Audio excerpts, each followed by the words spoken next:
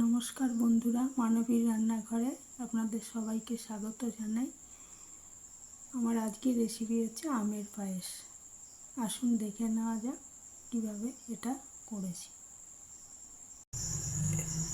3 চামচ গোবিন্দভোগ চাল ভালো করে 2-3 বার ধুয়ে আধ ঘন্টার জন্য ভিজিয়ে রেখেছিলাম, তাহলে চালটা সেদ্ধ যখন হবে সুবিধা হবে। এবার একটা ননস্টিক কড়াইতে 1/2 লিটার ফুল ক্রিম মিল্ক নিয়ে নিয়েছি। এটা জাল দিয়ে নেব।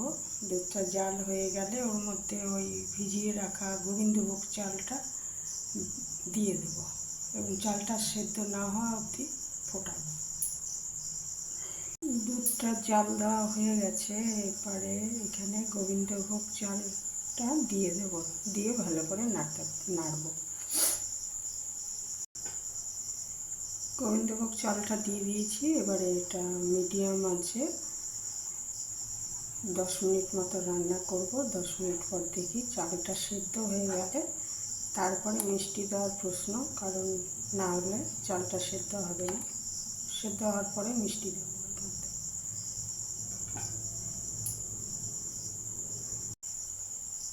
চালটা সেদ্ধ হওয়া পর্যন্ত এটা মাঝে মাঝে নেড়ে দিতে হবে, যাতে এটা দলা না পেকে যায়।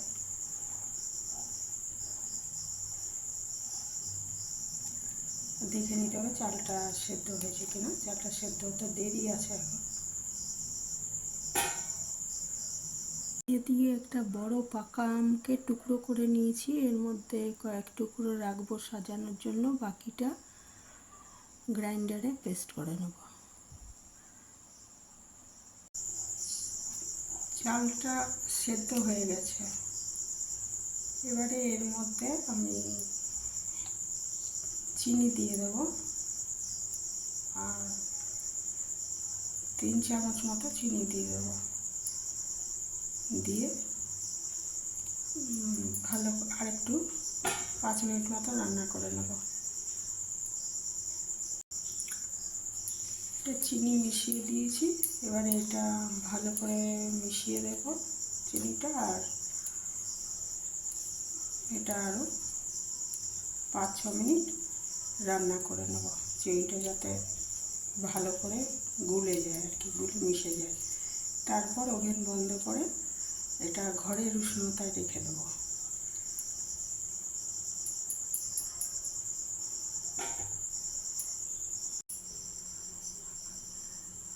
আমটা গ্রাইন্ডারে পেশাই করে নিয়েছি এবং সেটা একটা ছোট কড়াইতে, ননস্টিক কড়াইতে নিয়ে নিয়েছি। এটা ভালো করে জাল দিয়ে নেব।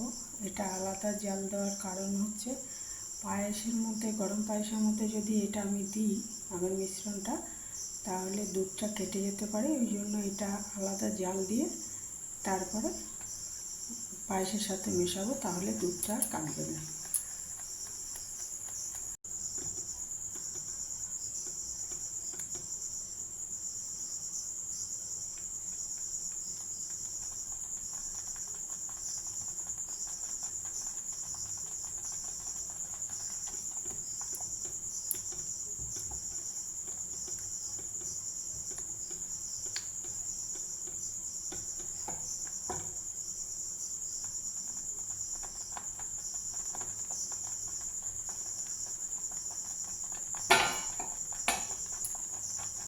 মিশ্রণটা ভালো করে ফুটিয়ে নিয়েছি।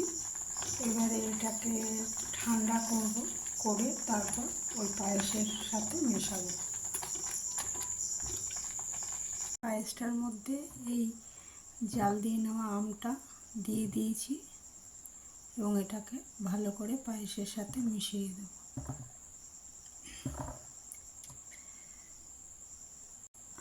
আমের পায়েস খাবার জন্য রেডি।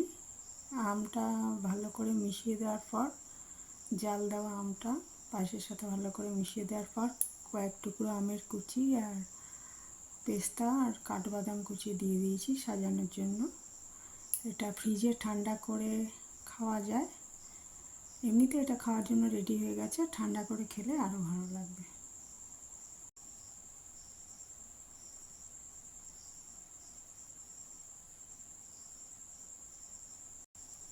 এই আমের পায়েস খেতে অত্যন্ত সুস্বাদু হয়, ঘরে বানিয়ে দেখতে পারেন।